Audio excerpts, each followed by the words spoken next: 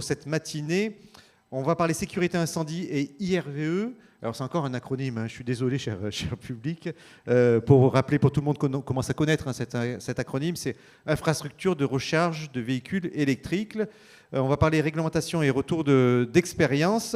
Voilà, donc c'est dans le cadre d'un cycle de conférences, le Grand Circuit Tertiaire. Vous avez un petit logo des partenaires, merci à vous. Et puis, effectivement, un trombinoscope, pas complet, excusez-nous, capitaine Barnet, avec les intervenants d'aujourd'hui. Mais c'est un grand plaisir de vous avoir pour la brigade des sapeurs-pompiers de Paris. C'est rare d'avoir des gens comme vous autour sur des plateaux TV, et donc c'est un plaisir de vous avoir avec nous. Alors peut-être on peut faire un petit premier tour de table juste de présentation de qui vous êtes, qui vous représentez assez rapidement. Donc Jean Gaillao, gérant du bureau d'études MJ2L Consult, notamment spécialisé en sécurité incendie. Ensuite, Didier. Donc, pour ma part, Didier Bagnon. Donc, je suis responsable de l'activité distribution et de la formation client au sein de la société Michaud, qui est fabricant de matériel électrique et en particulier fabricant d'infrastructures de recharge pour les véhicules électriques. Voilà, le capitaine. Bonjour à tous, je suis le capitaine Jean-Luc Barnet de la brigade des sapeurs-pompiers de Paris. Je suis actuellement affecté au bureau prévention après avoir fait une période en compagnie d'incendie, en compagnie opérationnelle.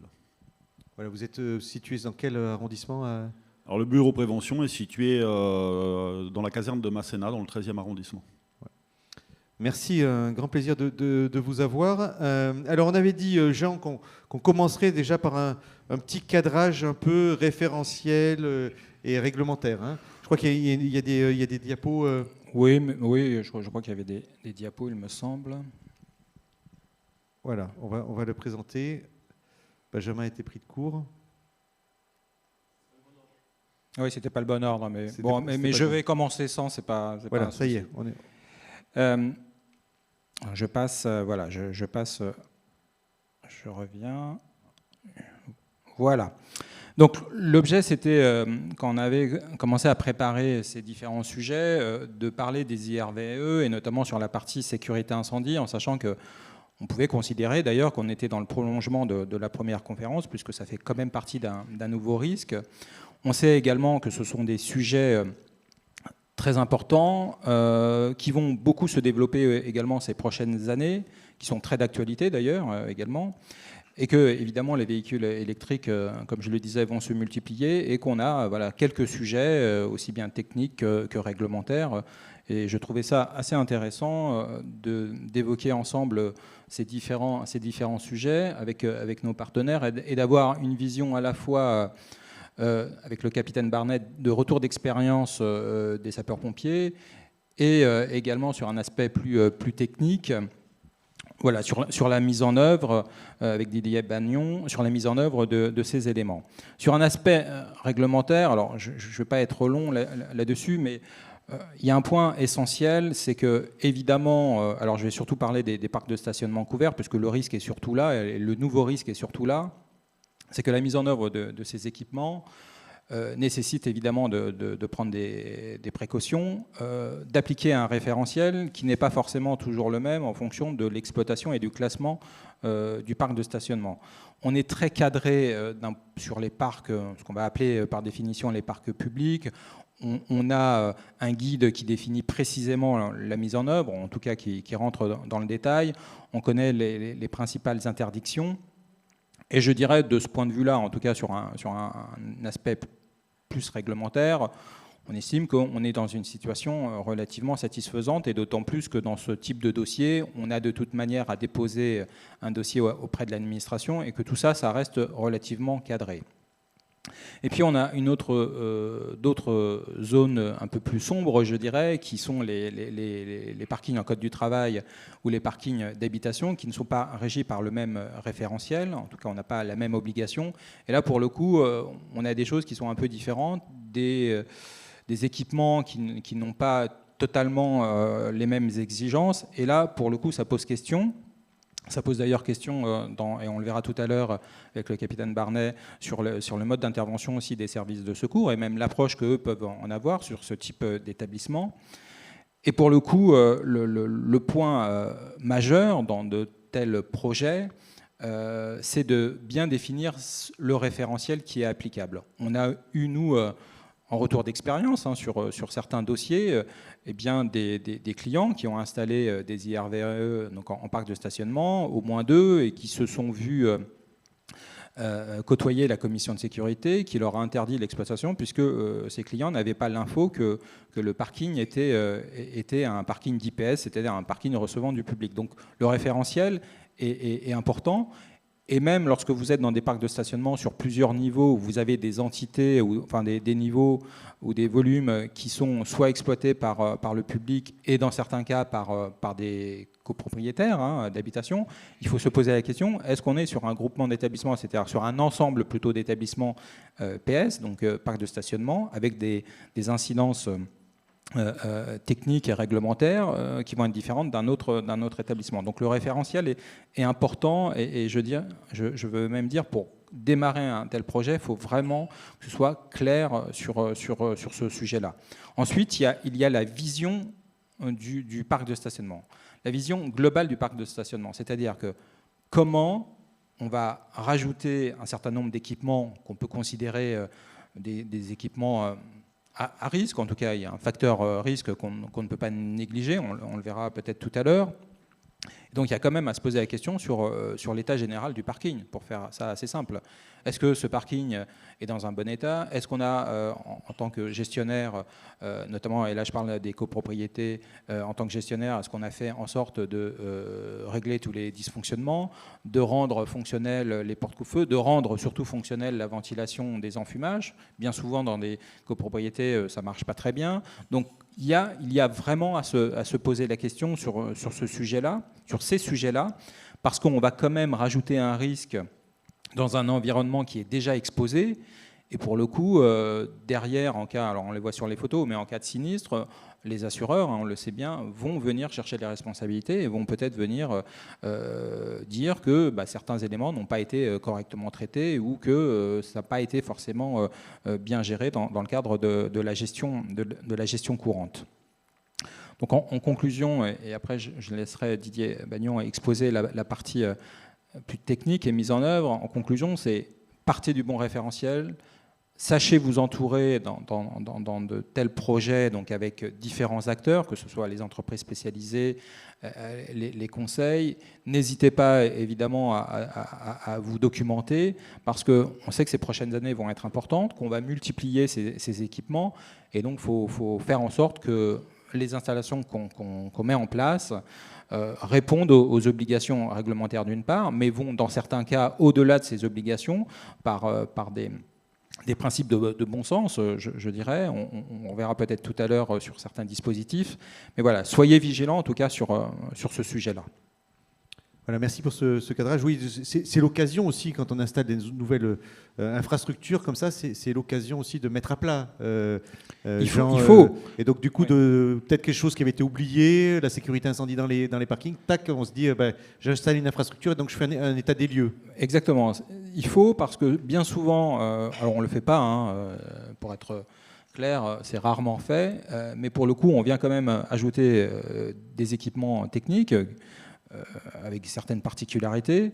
Alors là, je vais plus peut-être parler en copropriété standard. Et là, pour le coup, on a souvent oublié de traiter certains sujets qui sont anciens et qu'il faut mettre en avant. Le manque de ventilation, je prends cet exemple-là, ventilation des enfumages dans un parking, parce qu'il fonctionne mal ou parce qu'il n'a jamais été correctement entretenu, peut poser problème lors d'une intervention, alors notamment des services de secours. Et n'oublions pas une chose, on le verra tout à l'heure peut-être, mais en cas de sinistre, il y a quand même des incidences techniques très importantes sur les structures, sur le mode aussi d'intervention des services de secours. Et il peut y avoir de réelles responsabilités ensuite en termes de dommages. Voilà, donc on va en arriver, Didier, donc on va mettre la présentation. Didier Bagnon, pour la société Michaud. Effectivement, quand on installe des infrastructures de recharge des véhicules électriques, il y a différents types d'architectures techniques.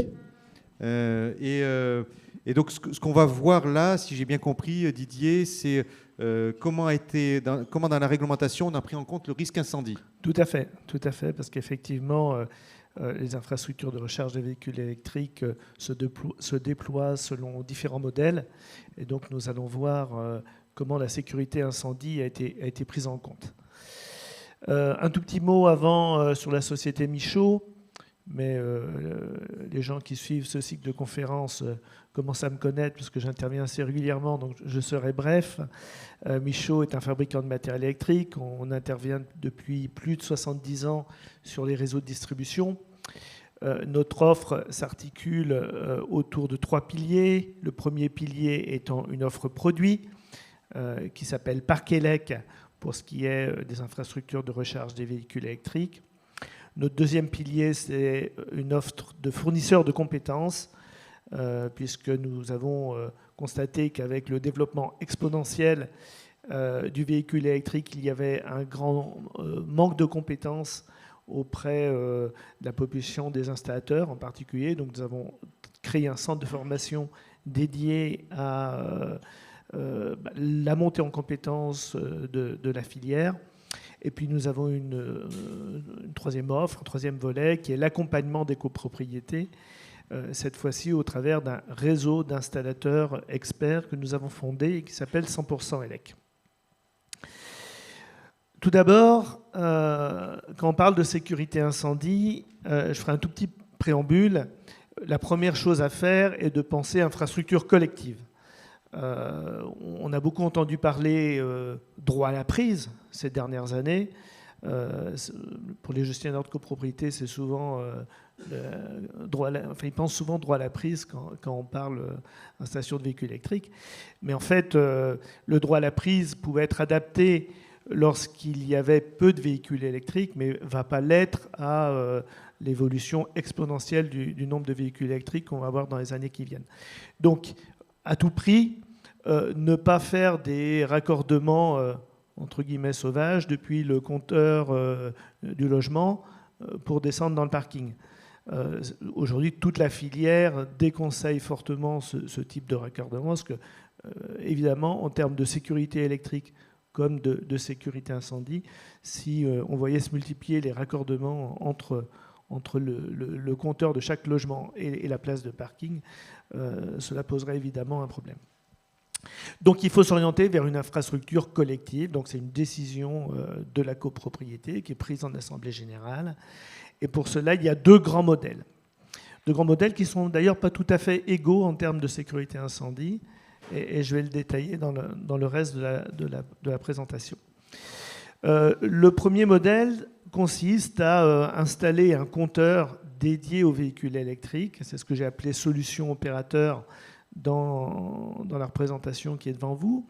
Donc vous installez un compteur dédié aux véhicules électriques, un nouveau compteur distinct de celui des communs de l'immeuble, et puis à partir de ce nouveau compteur, vous allez alimenter les places de parking en borne de recharge. C'est ce que font généralement les opérateurs de mobilité qui proposent leurs services donc aux copropriétés.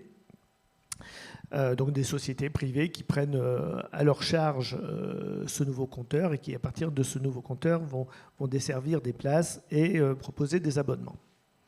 En termes d'infrastructure électrique, c'est assez classique finalement. On alimente les places de parking depuis le nouveau compteur au travers de tableaux de distribution électrique. Et une infrastructure qui est souvent une infrastructure de type étoile, c'est-à-dire un peu comme je l'ai représenté sur le schéma. Vous partez à chaque fois du tableau électrique et puis vous allez desservir les différentes places. L'autre solution, pardon, je vais aller un tout petit peu vite. L'autre solution, je l'ai appelé réseau public de distribution. Enedis l'appelle aussi réseau électrique auto. Alors, pourquoi Enedis ? Parce que c'est une solution qui relève du gestionnaire du réseau de distribution. À savoir, c'est une extension du réseau public de distribution dans le parking. Un peu comme vous avez le réseau public de distribution qui va monter dans les étages pour desservir les logements, vous pouvez avoir le réseau public de distribution qui descend dans les parkings pour alimenter les places de parking. Donc vous retrouvez un nouveau compteur, mais cette fois-ci individuel. Chaque place de parking aura son propre compteur Linky, exactement comme dans les logements. La particularité de ce type d'infrastructure, c'est qu'on n'est plus sur une infrastructure étoile comme dans le premier cas, mais on est sur une canalisation collective de type bus de puissance, c'est-à-dire que vous avez un câble unique qui va passer dans les différentes travées du parking. Oui, c'est-à-dire, pour bien comprendre, ce schéma il est super, pour bien comprendre, c'est dans le premier cas, il y a un câble qui part du compteur pour chacune des places de parking. Dans le deuxième cas, c'est un seul câble et qui vient délivrer la puissance dans tous les parkings. Hein. Oui, schématiquement, c'est ça. Oui. Venons-en plus précisément au risque incendie. D'après le retour d'expérience que nous avons pu avoir des pompiers, mais le capitaine Barnet, ici présent, pourra sans doute le confirmer tout à l'heure, les principaux risques dans les parkings sont les suivants. Tout d'abord, une propagation horizontale qui peut être rapide et qui peut être favorisée par les canalisations électriques. Un risque d'extension verticale par les gaines techniques et un risque de production forte de fumée opacifiante. Bien entendu, les véhicules électriques induisent de nouveaux risques, car il est difficile d'éteindre un feu lorsqu'il y a emballement thermique de la batterie. Et ça, je pense que le capitaine reviendra plus précisément. Donc il est donc crucial quand on a un incendie, quelle qu'en soit la cause, ça peut être un feu de poubelle, ça peut être un problème électrique, ça peut être un autre problème, mais il est crucial de limiter la propagation de l'incendie de façon à éviter que l'incendie se propage au véhicule en particulier. Alors, pour ça, la normalisation a pris un certain nombre de dispositions, et en particulier, dans la deuxième solution que j'ai présentée, cette solution réseau public de distribution ou bien réseau électrique auto, qui dispose d'une certaine longueur d'avance, parce que c'est une solution nouvelle qui a été normalisée depuis simplement quelques années. Et donc, on a fait ce qu'il y a de mieux finalement en termes de sécurité incendie dans le cadre de cette normalisation. Alors, je vous disais qu'il y a un câble qui va desservir dans chaque travée du parking l'ensemble des places. Ce câble est normalisé et cette normalisation est de type Euroclass CCA S1 D1 A1. Alors, je vais venir un peu plus dans le détail sur ce que cela signifie. Donc c'est un câble qui a été développé spécifiquement par les câbliers et notamment la société Nexans que je remercie ici parce que j'ai pu échanger avec leur expert, en particulier M. Franck Gipaz, qui a une grande expérience dans ces domaines de sécurité incendie, et ils m'ont aidé à préparer cette présentation. Donc que signifie cette Euroclass CCA S1 D1 A1 ? Le premier terme, c'est CCA. Ça induit des caractéristiques techniques qui permettent une faible propagation de l'incendie, une faible émission de chaleur, et donc une limitation de la croissance horizontale et verticale dans le bâtiment. Le deuxième terme, S1, correspond à une faible émission de fumée. Donc pour éviter la production de fumée opaque limitant la visibilité, donc aussi bien pour les habitants qui pourraient se trouver dans le parking, de façon à faciliter leur évacuation, que pour les services de secours qui pourront ainsi intervenir plus rapidement. Le deuxième terme, D1, correspond à la production de particules enflammées. Particules enflammées qui peuvent naître donc de la combustion du câble et qui vont tomber au sol et qui peuvent de ce fait induire des foyers secondaires. Donc, dans la normalisation de ce câble, il a été choisi aussi des matériaux qui permettent de limiter, voire de réduire quasiment totalement la production de particules enflammées et ainsi d'éviter tous ces foyers secondaires. Et enfin, le dernier terme A1 correspond à la limitation des fumées acides et corrosives, qui, là aussi, un petit peu comme l'émission de fumée, mais j'allais dire, si on va encore un petit peu plus loin, des fumées acides et corrosives qui peuvent avoir un effet incapacitant lors de l'évacuation et de l'intervention des services de secours, et qui peuvent même aussi détériorer les structures du bâtiment ou des matériels environnants. Donc, cette normalisation CCA S1 D1 A1, en termes de normalisation de câbles électriques, c'est aujourd'hui ce qu'il se fait de mieux. Et donc, c'était important de souligner. Un deuxième point, toujours sur cette infrastructure réseau public de distribution, vous allez avoir à l'origine de l'installation électrique du parking un coffret qui est appelé un coffret interrupteur sectionneur. Pardon, hop, un coffret interrupteur sectionneur qui est placé soit dans la gaine technique de l'immeuble, soit dans le parking au plus près du point de pénétration, et qui a pour rôle de permettre une coupure en un point unique de l'alimentation électrique du parking. Donc, cela va se faire lors des services de secours en coordination avec Enedis. Et cela permet de couper l'alimentation du parking indépendamment de l'alimentation de l'immeuble. Donc ça, c'est extrêmement intéressant aussi parce que vous avez, de façon très localisée, un emplacement qui doit être défini et figuré sur le plan d'intervention de l'immeuble, un organe de coupure.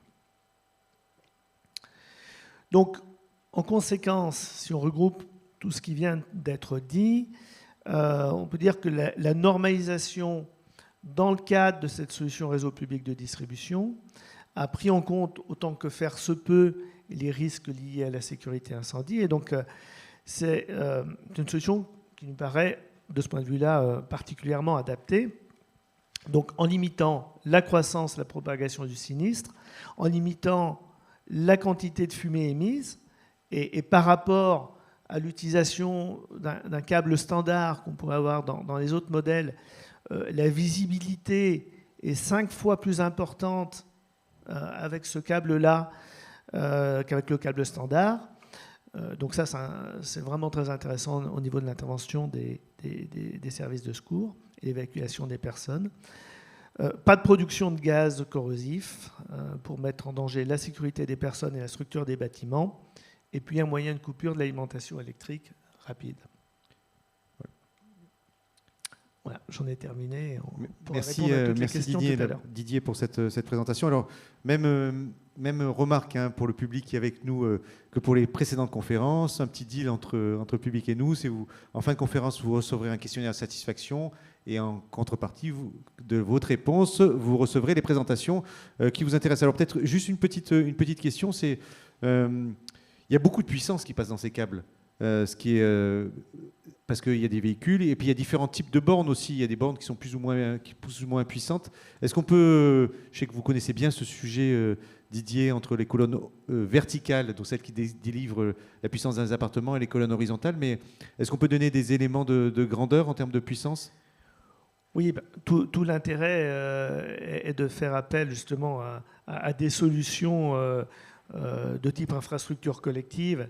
Et si on parle de cette solution réseau public de distribution, vous avez des calculs qui sont faits de dimensionnement des câbles, puisque qui dit puissance importante dit câbles qui doivent être suffisamment dimensionnés pour les transiter. Donc ces calculs sont faits.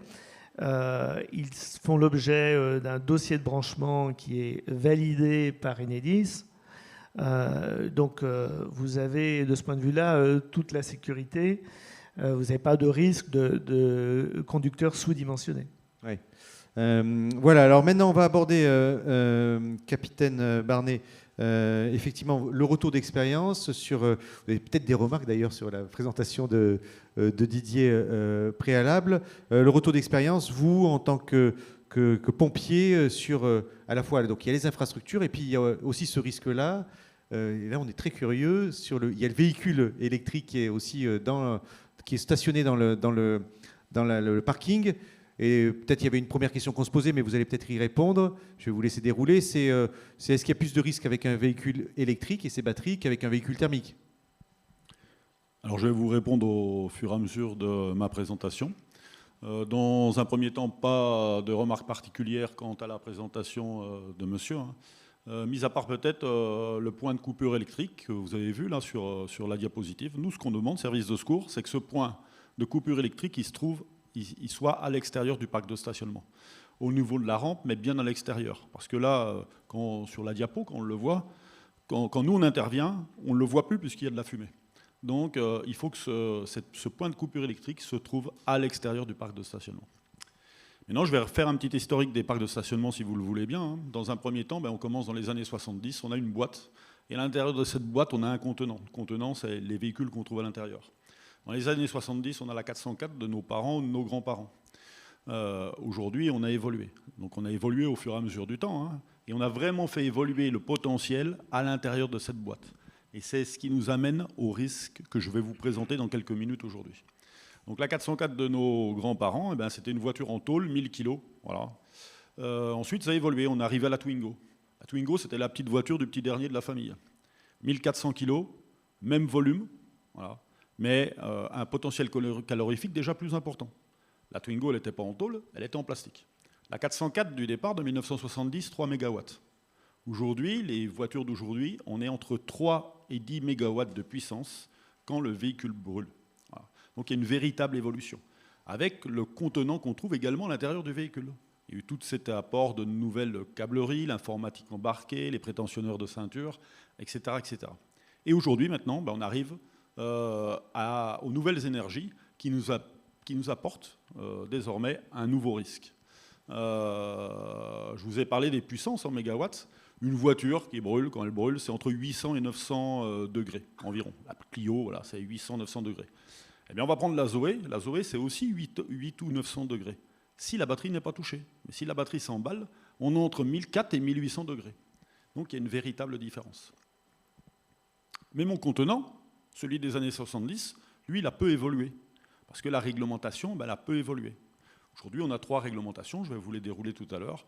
Et les réglementations, elles, n'ont pas changé. Par contre, à l'intérieur, le risque, lui, a bien évolué. Et c'est bien le seul établissement aujourd'hui où on a eu cette évolution à ce niveau au cours de ces dernières années. Le risque pour nous, service de secours, il ne se porte pas sur l'installation qu'on vient de vous présenter juste avant.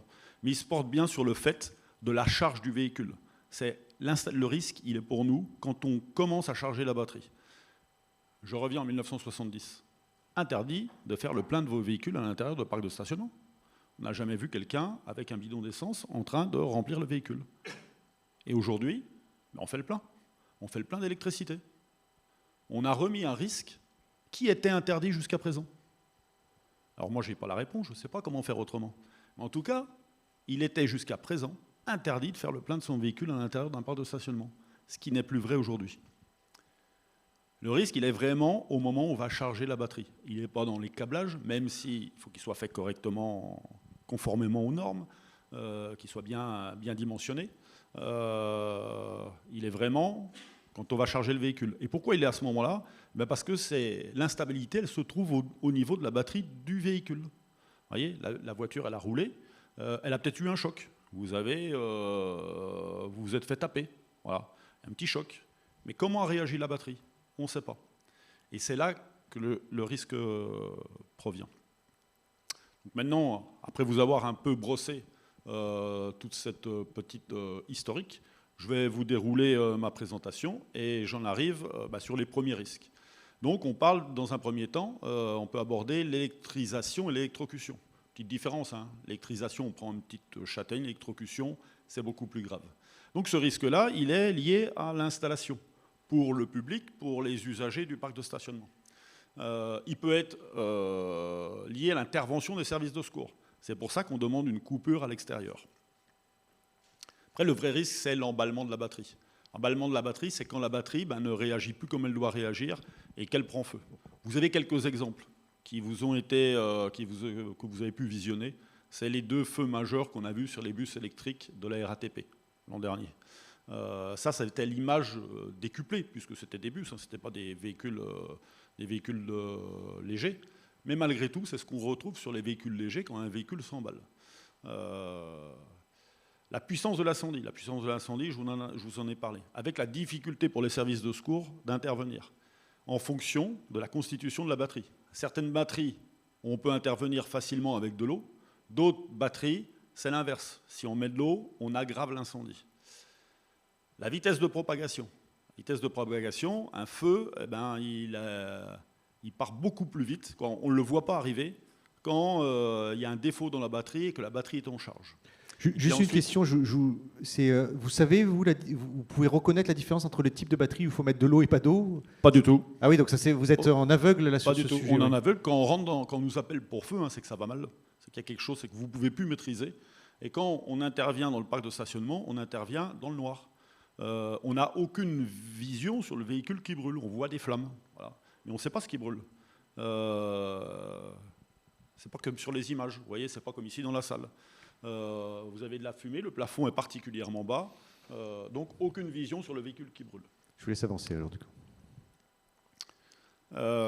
Donc voilà, j'ai déroulé en gros les risques aujourd'hui. Le vrai risque, il est sur l'emballement de la batterie. On a peu de retours d'expérience, on en a quelques-uns, mais pourquoi on a peu de retours d'expérience? Aujourd'hui en France, 35 millions de véhicules, si je ne me trompe pas, quelques centaines de milliers de voitures électriques, de véhicules électriques. Le parc de véhicules thermiques est beaucoup plus ancien que le parc de véhicules électriques. Donc on est encore dans un rythme de jeunesse. Voilà. Les véhicules n'ont encore pas eu le temps de vieillir suffisamment. En revanche, on a peut-être un exemple qui peut correspondre à la voiture électrique. C'est les trottinettes électriques. Là, par contre, on a un vrai retour d'expérience. Avec, pour nous, à la BSPP, un feu majeur par semaine sur la recharge de trottinettes électriques. Alors la trottinette, c'est une petite batterie, c'est quelques kilos. Une voiture, c'est 700-800 kilos. Voilà. Et en fonction de la gamme de la voiture. Ces feux majeurs, ils ont lieu dans les bâtiments, c'est-à-dire c'est la trottinette qui est en train d'être rechargée dans un appartement. Exactement. Il y a un monsieur qui est rentré avec sa trottinette. C'est les recharges des trottinettes. Ce monsieur est rentré avec sa trottinette, on voit les risques hein, d'ailleurs, il amène sa trottinette. Tout à fait. Bon, elle n'est pas en train d'être rechargée. Il y a un vrai risque, vous la chargez ou pas? Les feux majeurs, c'est je recharge chez moi et là il y a un départ de feu. Alors alors ça c'est une constatation, c'est subjectif. Mais les trottinettes sont souvent plus malmenées que le vélo électrique, que le scooter ou que la voiture. Parce qu'il y a déjà peu de suspension. L'usager de la trottinette, il saute le trottoir, il passe sur le dos d'âne, il passe dans le nid de poule. Donc la batterie de la trottinette est malmenée. Voilà. Mais ce qu'on voit sur la trottinette, nous, services de secours, on pense que dans les années qui arrivent, on va le voir arriver sur les véhicules. Il n'y a pas de raison que les véhicules vieillissent mieux que la trottinette. La trottinette, ça va simplement plus vite. Voilà ce qu'on constate aujourd'hui. Je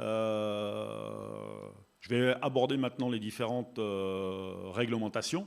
Donc, ce n'est pas facile pour nous, services de secours, et surtout conseillers techniques de l'administration. Tout à l'heure, dans votre présentation précédente, vous parliez des difficultés administratives. Nous, on est face à 3 réglementations majeures. La circulaire de 75 qui nous définit le parc de stationnement pour le Code du travail, l'arrêté du 31 janvier 86 qui lui définit le parc de stationnement pour l'habitation, et l'arrêté du 9 mai 2006 qui lui définit le parc de stationnement pour le RP, le parc public. C'est les mêmes voitures à l'intérieur. Quand moi je pars le matin, je suis dans de l'habitation, je vais au travail, je suis dans un Code du travail, et le soir je vais faire les courses. La voiture, le risque il est le même. Et pourtant, on a des réglementations différentes, mais qui sont différentes sur la structure, la stabilité au feu des matériaux, sur les moyens de secours et sur les dispositions mises en œuvre pour les services de secours pour faciliter l'intervention quand ils interviennent pour feu. Pourtant, on a le même véhicule à l'intérieur du même parc. On est lié à quoi? On est lié à un problème financier, parce que la sécurité incendie coûte cher. Voilà. Celle qui, pour nous, services de secours, nous semble la plus adaptée aujourd'hui, c'est la dernière née, c'est celle du 9 mai 2006. C'est la réglementation qui est liée aux ERP. On peut l'améliorer, hein, on peut toujours aller plus haut, mais aujourd'hui, c'est celle qui est, pour nous, la plus sécurisante. Mais c'est celle également qui coûte beaucoup plus d'argent. On a un rapport, là, le rapport de l'IGA, là, relatif au déploiement des IRVE dans les parcs de stationnement, qui date de juin 2022, qui a fait un état exhaustif des risques et des mesures à prendre dans les parcs de stationnement. Si vous pouvez vous procurer ce rapport, vous verrez les difficultés que vous avez, vous, exploitant, pour l'installation et la sécurisation de vos parcs de stationnement, et les difficultés d'intervention pour les services de secours.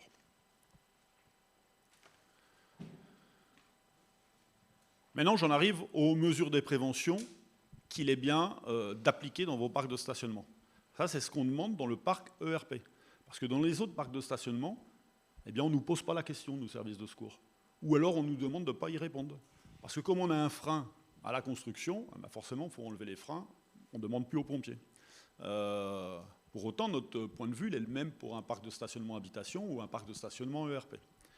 Donc la première des choses, c'est de placer les installations de recharge de véhicules électriques au plus proche du niveau de référence. Le niveau de référence, c'est le niveau d'accès des services de secours. Alors pourquoi ? Eh bien parce que c'est d'autant plus facile pour les pompiers d'intervenir. Il est plus facile de descendre au -1 que d'aller au -6. Dans un feu classique, on monte dans les étages. La fumée, elle va toujours vers le haut.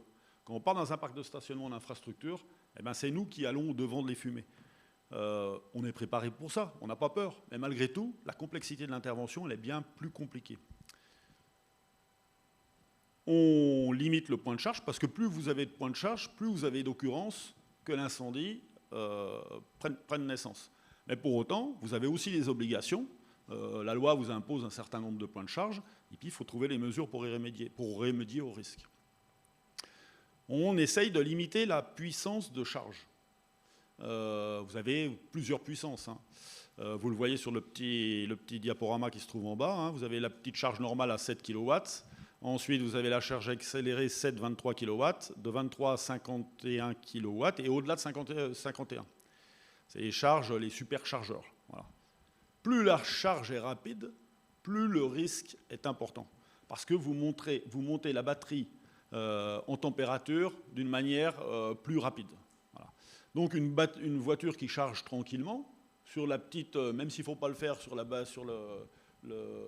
la prise de courant là, que vous trouvez juste à côté de votre lieu de stationnement, eh bien, la batterie va charger tranquillement. D'accord ? Elle va prendre toute la nuit. Maintenant, vous avez le superchargeur qui vous charge en 1 heure. Eh ben, c'est comme votre téléphone portable. Plus vous chargez vite, plus vous chauffez la batterie. Et si la batterie a été endommagée, mais ça, vous ne pouvez pas dire si votre batterie a été endommagée, on ne le sait pas. Eh ben là, le risque d'emballement de la batterie arrive à ce moment-là. Après, l'installation de moyens spécifiques de secours. Alors pour nous, il n'y a qu'une règle, c'est l'extinction automatique à eau.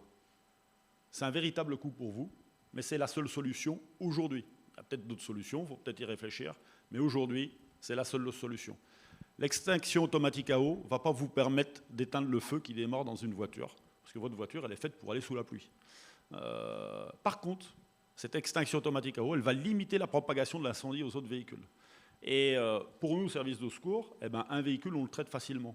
Quand on arrive et qu'il y a 5, 10, on a vu jusqu'à 40, 50 véhicules, là, on est presque à l'impossible opérationnel pour nous, parce qu'on aura du mal à rentrer à l'intérieur du parc de stationnement et attaquer le foyer à sa source.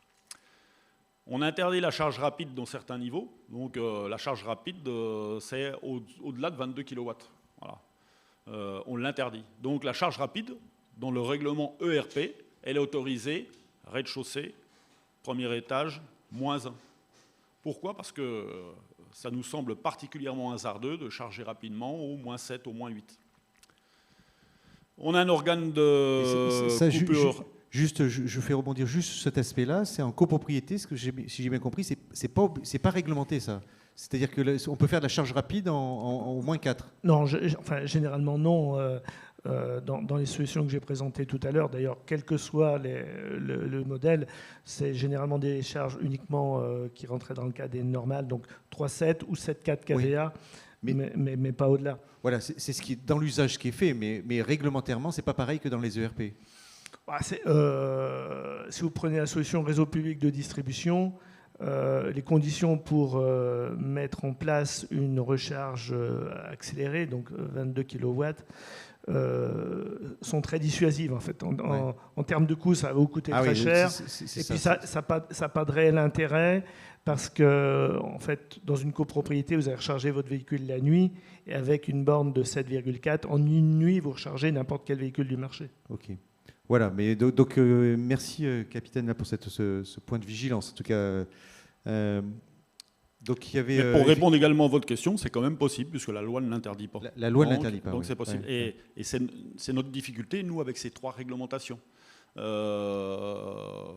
dans le règlement ERP, on n'a rien dans le règlement ERP qui nous parle de la charge des véhicules électriques. C'est un guide de préconisation qui a été édité par le ministère de l'Intérieur, qui nous explique quelles sont les bonnes règles d'installation de ces installations de recharge de véhicules électriques. Et nous, service de secours, quand on nous interroge sur un dossier, un permis de construire, un dossier de réaménagement, on applique ou on demande d'appliquer ce guide de préconisation. Si on nous interroge sur un bâtiment, code du travail ou habitation, on demandera également l'application, mais seulement par analogie. L'exploitant, il a la responsabilité de le faire ou de ne pas le faire. C'est son choix. C'est mieux qu'il le fasse. C'est mieux pour vous de le faire parce qu'on limite les risques. Mais non, on sait très bien qu'on est lié avec le budget, le coût des installations. Je continue, on demande également un organe de coupure électrique dédié. Je reviens sur ce que vous précisiez, ça. Et pour nous, c'est important qu'il soit à l'extérieur. Donc à l'extérieur de vos parcs de stationnement, généralement. Alors ça dépend de la capacité de votre parc. Mais vous avez les organes de désenfumage qui se trouvent à l'extérieur du parc. Eh bien, on demande, nous, service de secours, à ce que les organes de coupure électrique soient au même niveau. Ça, nos premiers intervenants qui interviennent, ils savent vous couper. D'ailleurs, j'ai une question de Philippe, j'en profite, qui dit, est-ce que tout copropriétaire peut-il intervenir sur cet organe de coupure ? Après, n'importe qui peut intervenir, comme sur... C'est pas pour autant qu'il a le droit, mais puisqu'il est à l'extérieur. Donc c'est souvent... Est-ce qu'il a le droit, le copropriétaire, d'intervenir sur cet organe ? Il est mis à disposition des services de secours. Normalement, il est dans un coffret fermé. Après, ça reste un coffret, donc il peut très bien être ouvert par un copropriétaire. Oui, malheureusement. Oui, normalement, enfin, pour ce qui est de ceux que j'ai présentés tout à l'heure, il est mis soit dans la gaine de colonne de l'immeuble au premier niveau. Et à ce moment-là, il est fermé. Enfin, c'est la gaine technique de l'immeuble qui est fermée avec une clé triangle. Donc, tout un chacun n'a pas cette clé-là. Ouais. Et puis, même s'il est mis à l'entrée du parking, on va dire, juste à l'entrée du parking, pareil, normalement, il doit être placé dans l'équivalent d'une gaine technique d'un seul niveau avec le même type de fermeture. Voilà, on vous laisse terminer, capitaine. Voilà, et le dernier point pour nous, c'est la vidéosurveillance. On amène un nouveau risque. On ne chargeait pas les véhicules avant, on les charge maintenant. Donc on demande un point supplémentaire, c'est la vidéosurveillance. On sait très bien que c'est un véritable coût, mais c'est important pour nous parce que quand vous allez avoir besoin des services de secours, déjà vous aurez détecté l'incendie plus rapidement, parce que dans un parc de stationnement, on n'y est pas si souvent que ça. Donc il faut quelque chose qui surveille. Donc c'est ce qu'on demande, vidéosurveillance, et ça nous permet après nous de savoir à quel niveau est parti l'incendie. Quand vous avez des parcs qui font 7, 8, 9 niveaux en infrastructure, comme la fumée monte et qu'on va croiser la fumée dans les cages d'escalier, on est obligé de reconnaître tous les niveaux avant de trouver le bon. Donc on perd du temps. Si on a le renseignement rapidement, qui normalement est aidé par cette vidéosurveillance, c'est positif pour les services de secours. Voilà, et si vous voulez bien arriver, quand plus rien ne marche, on arrive. Voilà. Voilà, merci beaucoup, capitaine, pour cette présentation. Là, c'est très clair. On va aborder le temps file, mais c'était nécessaire de poser le sujet. Puis si on fait 5 minutes de plus, on les fera. Alors, on a plein de questions du public. Une première question, là, plutôt... voilà, et puis dans la salle aussi. Allez, on va prendre les questions dans la salle, parce que on prend peut-être un micro. Parce que tout à l'heure, une dame avait dit qu'on ne donne pas suffisamment la parole à la salle. C'est vrai qu'on... Allez-y, alors, madame. Oui, bonjour. Peut-être vous présenter et poser votre question. Catherine Sauvin, donc je suis membre du conseil syndical d'une copro. À monsieur Michaud, excusez-moi. À Didier Bagnon.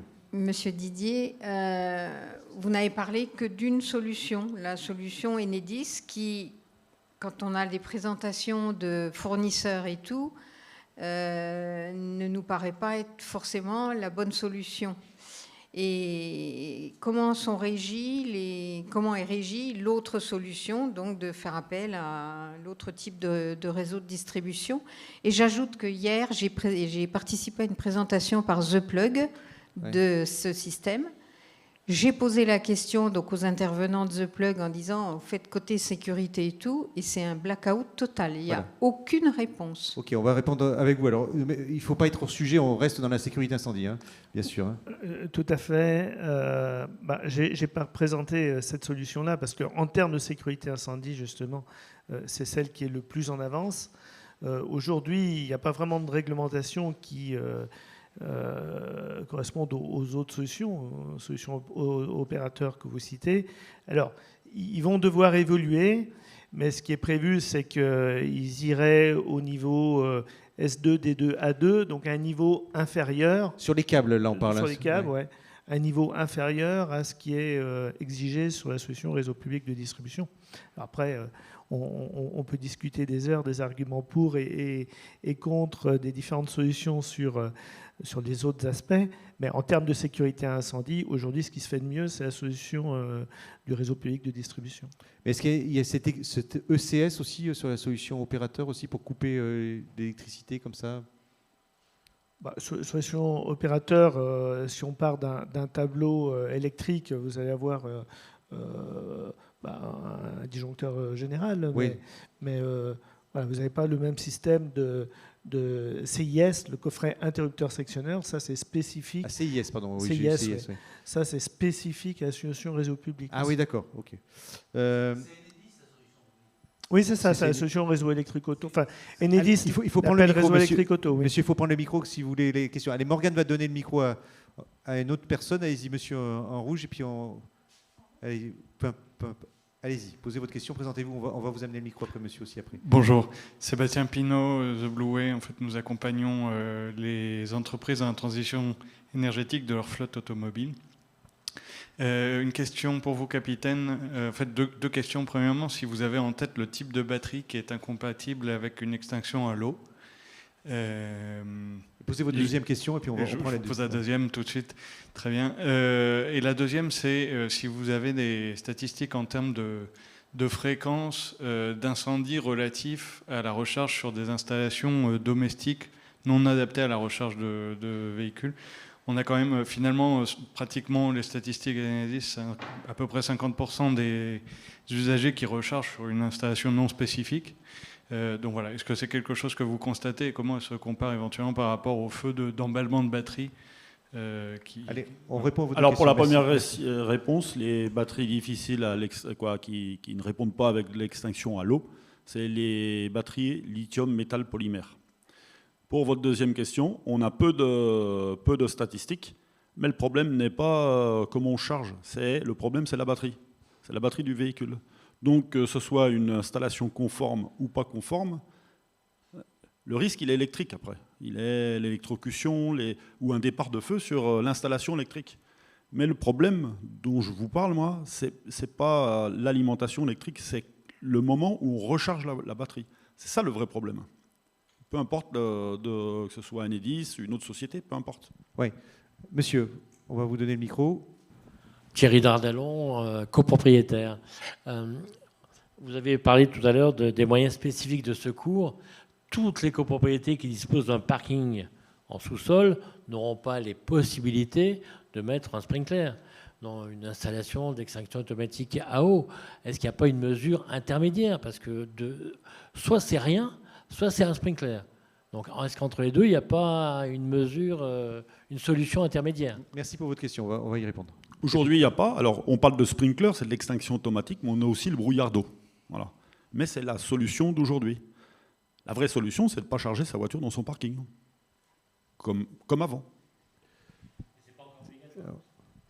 L'extincteur automatique, alors peut-être... Non, parce que, attention, là on parlait des parcs de stationnement dits PS, ERP, et là vous parliez d'habitation. Sur l'habitation, il n'y a pas de contrainte, je vais dire, parce qu'on n'est pas sur le même référentiel. Donc là, c'est ce qu'on disait tout à l'heure, c'est par analogie, et qu'on tend vers ça. Et aujourd'hui, on ne le sait pas. Mais peut-être que demain, on aura les mêmes règles sur la partie habitation, parce qu'un jour, il se sera produit un feu important et on décidera de rendre un peu plus rigide cette approche-là. Mais en réalité, comme on n'applique pas le même référentiel, globalement aujourd'hui, et c'est ce que disent d'ailleurs vos confrères, aujourd'hui, sur un parc d'habitation classique, globalement, ils font à peu près ce qu'ils veulent. C'est-à-dire qu'il n'y a pas d'arrêt d'urgence au niveau d'Europe, même si on essaye de tendre, même nous, sur des projets comme ceux-là, de faire une analogie par rapport aux obligations dites ERP, mais en réalité, on n'a pas les mêmes obligations. Donc, et malheureusement, les copropriétaires vont faire le minimum parce qu'ils ne veulent pas forcément investir beaucoup. C'est quoi le coût quand on veut mettre de l'extinction comme ça automatique Non, mais alors le coût, c'est globalement dans ce qui est établissement recevant du public, c'est-à-dire qu'à partir du moment où vous allez avoir de l'extinction, donc un système d'extinction, donc que ce soit sprinkler ou brouillard d'eau, vous n'allez plus avoir les mêmes limites, c'est-à-dire que vous allez pouvoir mettre des bornes de recharge dans les niveaux infrastructures. Et là, aujourd'hui, vous êtes limité pour le coup, puisque vous pouvez le mettre au niveau du -1, mais en théorie, vous n'avez pas le droit d'en mettre au -2, -3, etc., si vous n'avez pas de sprinkler. Si vous avez du sprinkler, il n'y a pas de souci, vous en mettez à ces niveaux-là, sauf que la mise en œuvre d'un sprinkler est très contraignante. Il faut aussi savoir quand même que dans certains parcs de stationnement dits habitation, on a déjà un certain niveau du sprinkler, puisque à l'époque, la réglementation imposait ces dispositions-là. Donc pour le coup, ça peut être intéressant. Et ça peut être aussi des installations qui soient modifiées, mais finalement pas très légèrement. Mais le sprinkler, c'est quand même un des équipements, en copropriété en tout cas, un des équipements les plus chers en termes de mise en œuvre, de maintien, de remplacement, avec un certain nombre d'obligations. Donc on est sur des coûts qui sont faramineux. Ouais, c'est colossal. Donc ça va être compliqué pour une copropriété. Une question d'Antoine, les solutions d'extincteurs. Est-ce qu'il y a des obligations particulières de mettre des différents types d'extincteurs parce qu'on a des véhicules électriques dans les immeubles d'habitation? Est-ce qu'il y a quelqu'un qui veut répondre? Alors aujourd'hui, la réglementation n'impose aucun extincteur spécifique. Vous avez les réglementations que je vous ai citées tout à l'heure qui vous imposent un certain nombre d'extincteurs. C'est un extincteur pour 15 véhicules ou alors un extincteur au niveau des dégagements. Voilà. Alors, on va vous donner le micro si vous faites une remarque, parce que vous n'oubliez pas qu'il y a plus de 150 personnes là, qui sont à distance. Oui, bonjour, Monsieur Groux, IP2S. Il y a une note du ministère de l'Environnement qui dit que pour les véhicules, les bornes de charge, il faut ajouter des extincteurs à eau, en plus des extincteurs 6 kg poudre. Et c'est un quantitatif en fonction du nombre de bornes. Ok, merci pour, Voilà. pour votre... C'est Oui. des extincteurs à eau, en plus des extincteurs à poudre. Jean?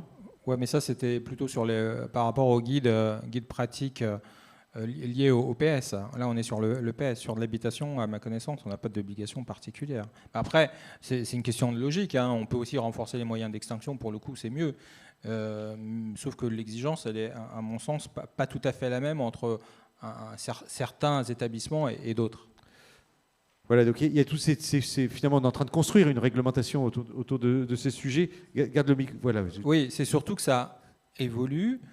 On sait tous qu'on a des demandes ces prochaines années qui vont être très importantes et restons sur aussi le fait qu'on n'a pas tout à fait, en fonction de l'établissement, le même référentiel applicable et qu'on ne sait pas demain comment ça peut évoluer en fonction d'un potentiel sinistre qui peut se produire, qui peut faire beaucoup de dommages.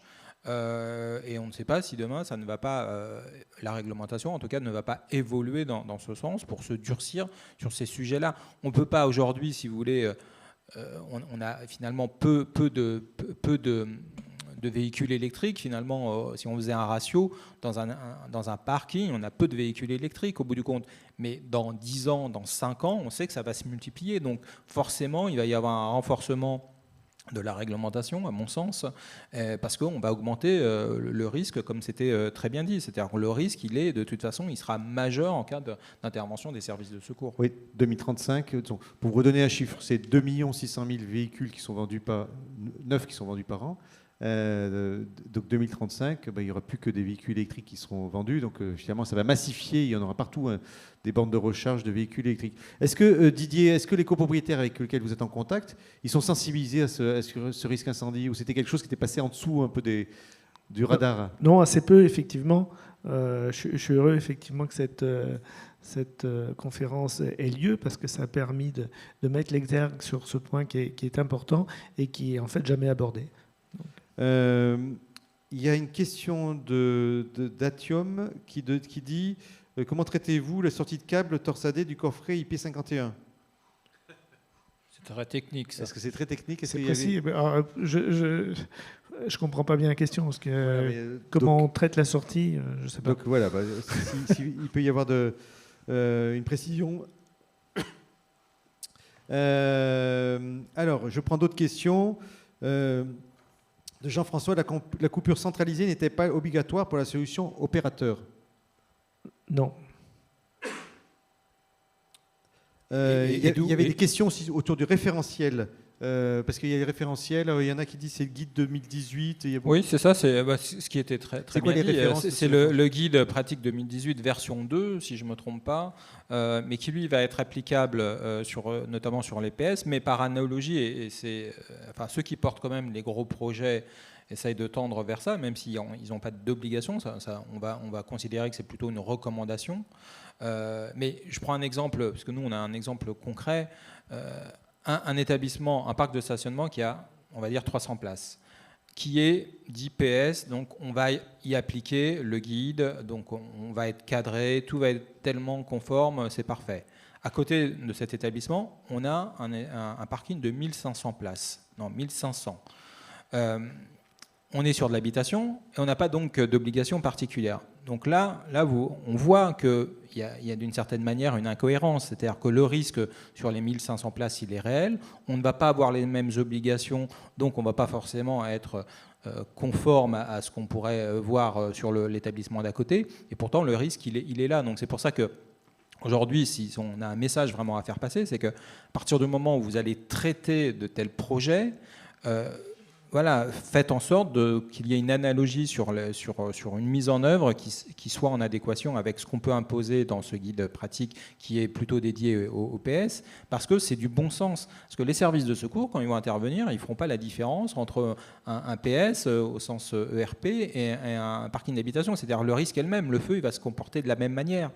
Donc c'est là-dessus où aujourd'hui on peut dire qu'il y a une petite incohérence en termes...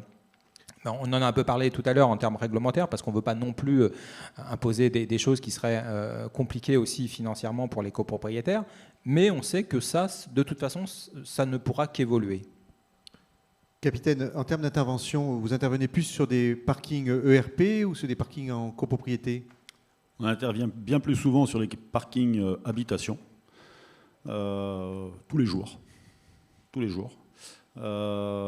Pour rassurer tout le monde, il y a très peu de victimes quand on part pour feu dans un parc de stationnement, qu'il soit ERP, habitation ou code du travail. Le vrai risque, il est pour les services de secours. On a quelques victimes. C'est souvent des squatteurs, des gens qui n'ont rien à faire dans le parc, ou alors des gens qui ont vu les pompiers arriver et qui veulent absolument retirer leur voiture. Voilà le risque, où se trouve le risque. Mais pour revenir sur votre question initiale, on intervient bien plus régulièrement dans un parc de stationnement habitation que dans les autres parcs de stationnement. Mais il peut y avoir, là je parle de sécurité incendie, mais quand un immeuble brûle aussi, ça fragilise la structure dans les sous-sols, et donc ça peut poser des problèmes sur tout le bâtiment, non? Ah oui, non, mais un feu parking, effectivement, avec la stabilité au feu, des poteaux qui, si au-dessus en plus on a effectivement des immeubles, bon, même si on peut considérer que tout ça a été quand même pensé, que c'est coupe-feu, que c'est floqué, etc. Mais effectivement, un feu de parking peut engendrer énormément de choses au-delà du parc de stationnement, mais sur ce qu'on a au-dessus, évidemment, et sur la structure même de l'établissement. Oui. Ce qu'on constate également, nous, les services de secours, il y a 30-40 ans en arrière, on n'avait quasiment pas d'incidence sur les structures, sur la stabilité au feu des structures. Aujourd'hui, c'est complètement différent. Après un incendie, les structures sont bien plus dégradées. Souvent, on demande à ce que le parc soit étayé. On constate même des effondrements de dalles ou de dalles partielles, ce qu'on ne constatait pas avant. On va prendre une question de monsieur, là, une dernière question. On va vous donner un micro. Morgane. Presque il nous faudra, plus on a de micros avec la régie, plus il nous en faudrait. Donc c'est sans fin. Il nous en faudra encore d'autres. Voilà, monsieur, c'était monsieur qui voulait un micro. Pas de constat, monsieur. Je sais que tout à l'heure, vous avez fait un constat. Juste votre question directement, si vous permettez. Donc, je ne prends pas le micro. En plus de ça, la réponse a été donnée par le capitaine. Alors, vas-y, faites votre constat, mais rapidement. Non, juste pour dire qu'effectivement, j'ai expertisé des parkings qui ont eu des incendies importants, même il y a 40 ans. En fait, il n'y avait même pas 1 centimètre de peau de béton atteinte, donc rien. Alors que maintenant, c'est vrai que c'est un peu plus fort. Bon, l'incendie le plus fort au niveau du béton armé, c'est le tunnel sous la Manche, pour information. Là, ça a été hallucinant, puisqu'il y a eu 20 cm de béton bouffé à 1800 degrés. Ouais. Capitaine, si je retiens, c'est le risque, bon, au-delà de ces nouveaux risques, des instabilités de batterie, c'est pour vous, il y a aussi une chaleur qui est émise, qui est beaucoup plus forte, ça je ne savais pas. Grosso modo, on peut dire que l'énergie, c'est à peu près la même que dans un véhicule thermique. Bon, je ne regarde pas l'épaisseur du trait, mais par contre, l'émission de température, c'est 2 fois plus que dans un véhicule thermique. Dès lors que la batterie s'emballe. Cette nuit encore, on a fait un feu dans un parc de stationnement, dans le 16e arrondissement. C'était un feu de véhicule électrique.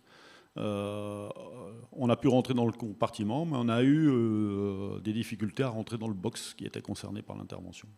Alors qu'avec un véhicule thermique, ce n'est pas le cas. Complètement différent. Ouais. Il y a moins de chaleur dégagée, donc on s'approche plus près. Oui. Est-ce que du coup, finalement, les pompiers de Paris, vous devez adapter aussi les équipements que vous avez avec ce nouveau risque? Exactement, les tenues évoluent en permanence. Les moyens d'extinction aussi, on est en train de tester des nouvelles lances, des lances diphasiques, des lances dans lesquelles on ajoute de l'eau à l'intérieur de l'air à l'intérieur de l'eau. Mais tout ça, c'est des phases d'expérimentation. On essaye de faire évoluer notre technique, mais malgré tout, on a toujours la lance avec de l'eau.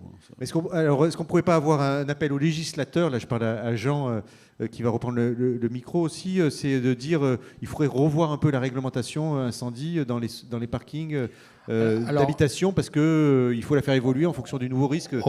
Oui, aujourd'hui, il y a un flou quand même sur ce sujet-là, même si on sait qu'en tant que professionnel, il faudrait faire une analogie sur les parkings, comme je le disais, PS, sauf qu'on est bien conscient également que les coûts d'investissement ne sont pas les mêmes, que les capacités financières évidemment ne sont pas les mêmes, et il ne faut pas oublier une chose, aujourd'hui on pousse aussi à l'achat du véhicule électrique, donc on ne va pas rajouter des contraintes, c'est à mon avis ce que fait l'administration, ne pas rajouter des contraintes aux situations actuelles. Sauf qu'une fois de plus, je pense que dans quelques temps, si on a des sinistres graves, je pense que ça, ce sont des choses qui évolueront automatiquement.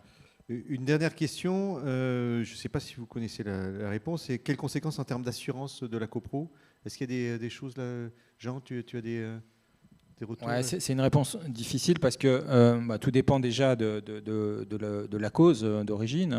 Est-ce que c'est une installation privative? Parce que on parlait du droit à la prise tout à l'heure, donc est-ce que c'est le copropriétaire qui a mis en place ou qui a branché son véhicule, pardon. Est-ce que c'est une installation qui est liée à la copropriété, auquel cas c'est le SDC, syndicat de copropriétaires, qui est responsable? En termes de responsabilité, c'est toujours compliqué de le dire. Oui, dans la solution Didier opérateur, finalement, il y a un nouvel intervenant qui rentre dans la copro là, et donc qui est capable de prendre aussi des nouveaux risques. Oui, mais alors là, je suis bien capable de répondre dans quelle mesure l'opérateur... je ne pense pas que l'opérateur assure le risque en la matière. Oui, donc ça serait à voir. Voilà, je crois qu'on a fait à peu près le tour pour cette conférence.